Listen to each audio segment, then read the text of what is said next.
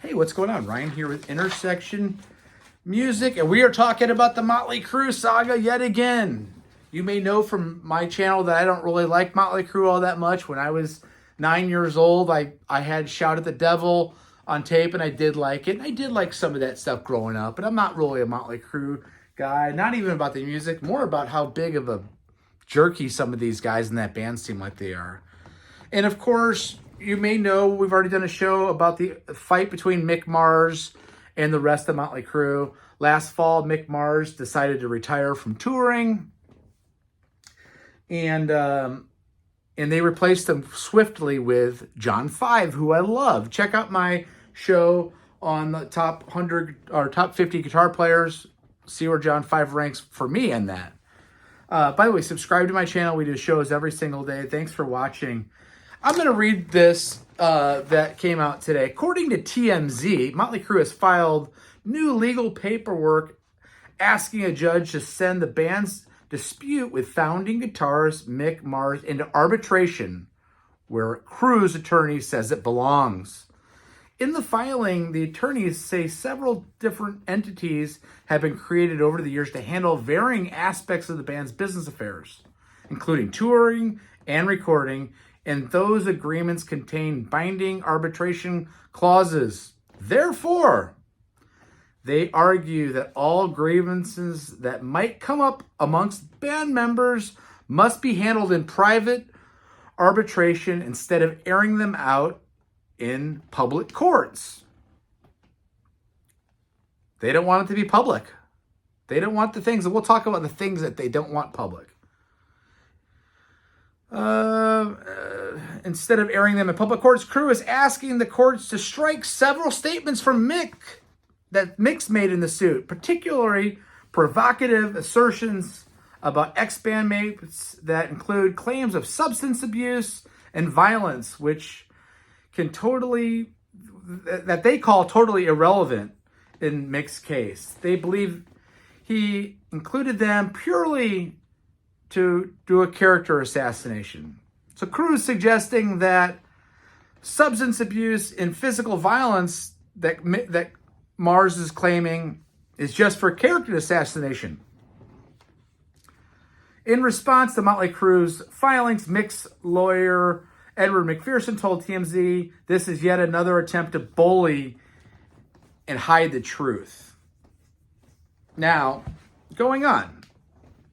When Mars announced his retirement from touring in Mötley Crüe last October as a result of worsening health issues, okay, so Mars has something called ankylosing spondylitis, which is a chronic inflammatory form of arthritis that affects his spine and pelvis and ability to play guitar. He's crippled over. Worsening health issues is why he resigned from his touring duties.